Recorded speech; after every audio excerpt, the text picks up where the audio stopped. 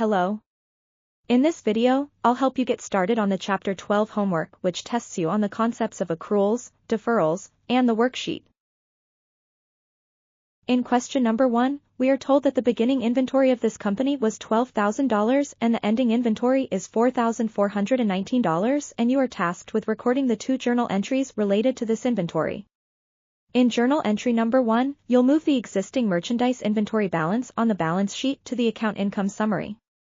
After this entry, the account merchandise inventory has a 0 balance. Then, with journal entry number 2, you'll record the ending balance of the merchandise inventory.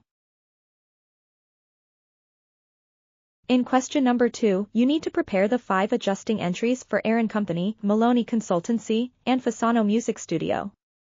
The first adjustment requires you to calculate the uncollectible account expense, and you'll do that by multiplying the experience percentage of 0.8% times the net credit sales.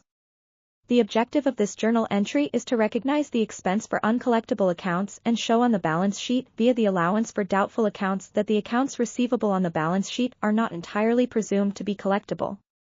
The second adjustment for Maloney Consultancy tasks you with calculating the depreciation expense for the equipment purchased for $32,000.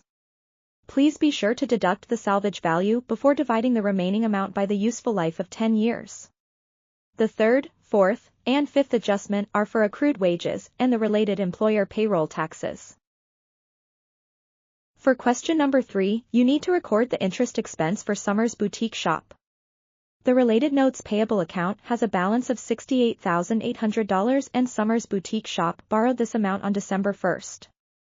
The interest rate for this note is 6% and the note is for 6 months. The important thing to remember is that interest rates are typically stated as an annual rate even if the loan is for a shorter or longer period. That means that when you multiply the loan amount by the interest rate, be aware that that is the interest for an entire year. Question 4 is about Artisan Wines, a retail store selling fine wines. The firm's general ledger account balances and adjustments are listed below. Your first task is to write the balances into the worksheet, starting with cash for $29,990 and accounts receivable for $400. Be sure to enter the amounts into the correct debit or credit column. After entering all amounts into the trial balance column of the worksheet, the total debits should equal the total credits. If they don't match, first calculate the difference. Do you remember that amount from the list of general ledger account balances? Next, you could divide the difference by 2 to see if you entered one amount on the wrong side. Or, divided the difference by 9 to see if you might have transposed a number. If none of these things work, go back and check each account one by one and ask yourself, what is the normal balance of this account? Once you have balanced the debits and credits of the trial balance, you are ready to move on to the 10 adjustments. The first and second adjustments are for inventory, and just like we did in question 1, you need to record the first journal entry by debiting income summary and crediting merchandise inventory for the beginning inventory in the general ledger account. The second journal entry, then, records the ending inventory of $11,000. The third adjustment is for prepaid advertising of $1,080, which was paid on September 1st for 12 months. As of December 31st, the amount in the general ledger is still $1,080. That tells you that no adjustment has been booked in prior months, and you need to record the adjustment for the advertising expenses for 4 months. The fourth adjustment is for supplies and supplies expenses. After you have recorded the entry, the balance of the supplies account on the balance sheet should be $50. The fifth and sixth adjustments are for depreciation. You don't have to calculate the depreciation, it is provided for you. The seventh adjustment is for unearned seminar fees of $14,000.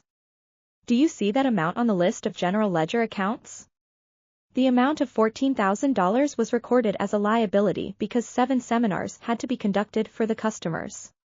As of December 31st, only 3 of the seminars had been conducted.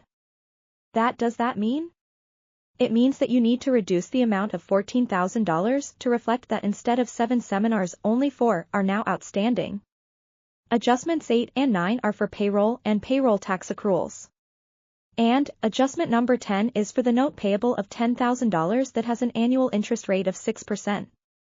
As of December 31st, 2 months of interest are owed. That means, you have to record the liability and the expense for the 2 months of interest. Please be sure to enter all adjustments into the adjustment columns of the worksheet and double-check that the total debits equal the total credits. The next step is to complete the rest of the worksheet by filling out the adjusted trial balance, income statement and balance sheet columns. Don't forget to calculate the net income to balance the income statement and balance sheet columns. Also, be sure to answer the analysis question. I hope this video was helpful. Please let me know if you have any questions.